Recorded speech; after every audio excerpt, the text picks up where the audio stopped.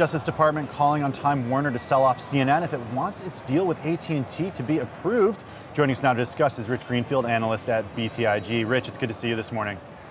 Thanks for having me. So what do you think? Do you think AT&T will end up selling off CNN, or can it sell off CNN? I think CNN is a sideshow, honestly. I mean, I think obviously the president obviously has real issues with CNN, but I don't think this is about CNN. I think this goes far, far deeper. I think the government has real concerns with the structure of this deal. And I think the question now is, this is like a game of chicken. Is the government going to actually sue, or is, what happens next? I mean, is AT&T going to make concessions? Because it sounds like the meeting on Monday between the Department of Justice and AT&T, the government basically wanted major concessions. AT&T wanted to make none. And I think the important data point that we broke last night is that the 30-day shot clock started on Monday. So the government has 28 days left as of today to decide whether to sue or whether to approve this transaction. We think they're going to end up suing. Rich, if we fast forward to the end of those 30 days, you guys putting out there that there could be some other companies that could buy Time Warner if this AT&T deal doesn't go through. I think it's interesting. You noted that tech platforms could be interested in perhaps buying Time Warner. What tech platforms do you think could be, ripe for acquiring them? Look, I think the reality is all of the tech companies, so we're looking, the big ones, Google, Facebook, Amazon, Apple, they all seem to be more focused on building from scratch. I think, what Netflix has shown over the last 4.5 years is that you can build a massive content business by essentially creating your own content and by licensing content without having to go out and buy a major studio. And so I think it's highly unlikely that the tech platforms want to spend this type of money to go out and buy Time Warner. The question could be, could someone like Disney, Disney's trying to buy Fox, or at least tried to buy Fox. Fox tried to buy Time Warner a few years ago. I would say Fox and Disney are probably the two leading candidates who might want to buy Time Warner if this deal goes bad. I think the question, though, is if there's regulatory issues with this transaction, could any major media deal actually happen? Or is Time Warner really resigned to life as a standalone entity, and the struggles that are facing the entire media industry are going to hit them? Because this stock obviously is under a lot of pressure, because there is not clear visibility on, is there a next buyer anymore? Right, Rich, I'm glad you brought up those regulatory concerns, because this was supposed to be a very business-friendly presidential administration. Is the era of M&A in terms of content companies, do you think that's coming to an end if this deal collapses? Well, look, the problem here appears to be the government's concern that AT&T controlling both DirecTV and HBO and assets like that they have too much power to predatory price, and they basically can foreclose or make life essentially very, very challenging for competitors. Think of Stars, think of other players, Showtime, think of other assets out there. When you think about DirecTV's being given away now, or DirecTV Now is being given away for just $10. If you're an AT&T sub, you get HBO for free for life. I think there's a fear that structurally this is just too big and too problematic. AT&T doesn't seem to want to make concessions. The government wants major, major concessions that AT&T is unwilling. And so you're really just, this is a classic game of chicken, and it's not clear who's going to blink first. Yeah.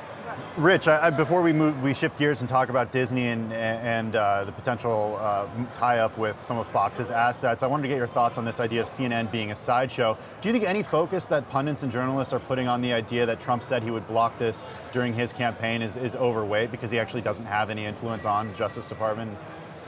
I do not believe. I mean, look, do I think it helps that Trump doesn't like CNN? I'm sure that doesn't, help the argument, but I don't think this is about CNN.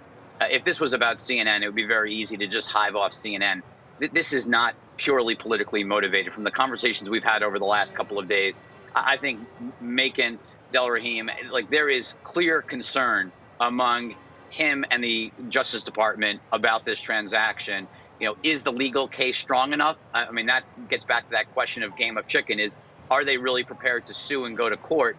AT&T obviously is trying to call their bluff and say you don't have a case that's strong enough.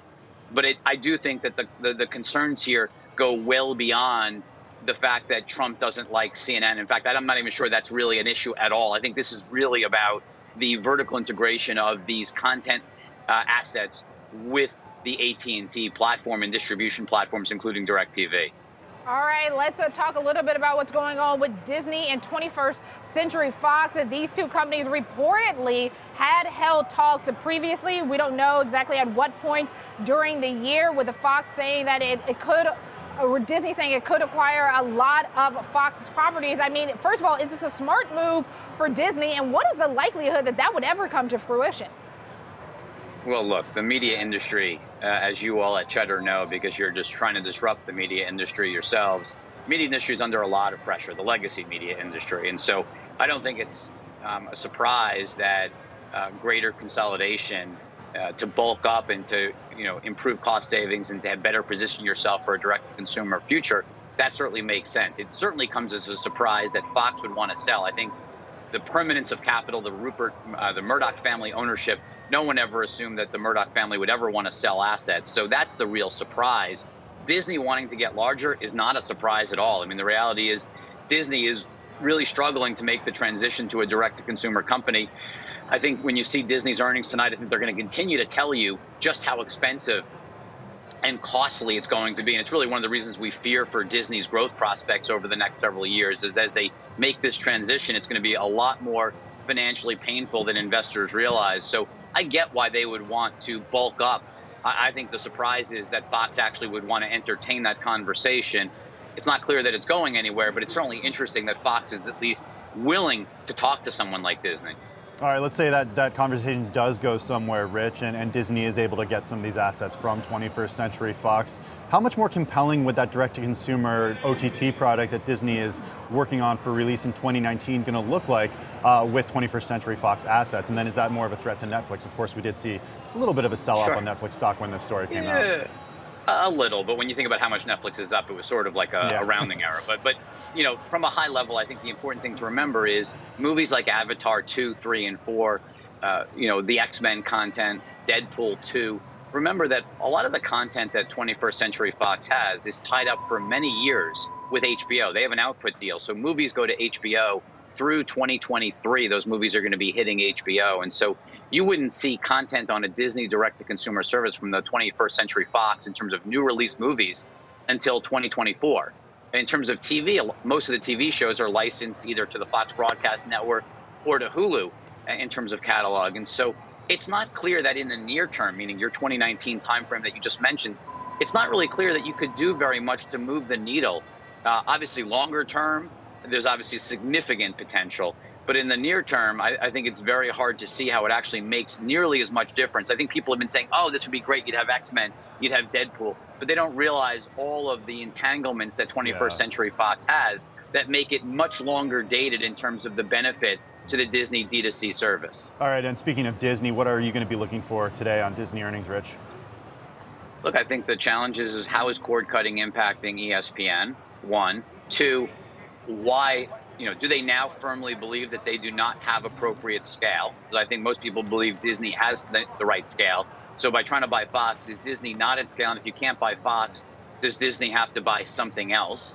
And then two, when you think about this direct-to-consumer service, just how expensive is it going to be? How dilutive to earnings in 2019 and 2020 is it going to be? Because we certainly fear that Disney is no longer a growth stock, which is why we've had a sell rating and a $90 target on Disney for the last 2 years.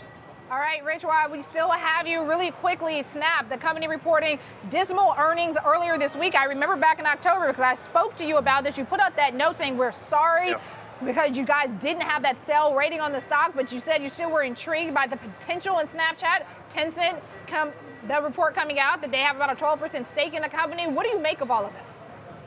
I think what's incredible is we lowered our numbers pretty dramatically. As you remember, when we were on Cheddar, we were talking about the dramatic kind of haircut we took, or we took a chop, we took a hatchet to our numbers when we went on air and updated our numbers and apologized.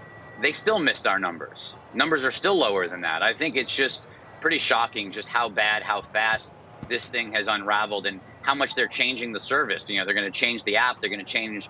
Now they're going to engage with influencers. I mean, it seems a little bit of they're doing a huge pivot, which, look, if it works, there's obviously huge potential, but there's also huge risk when you're making this big of a pivot. And they even noted that this could impact usage as they make this big of a pivot.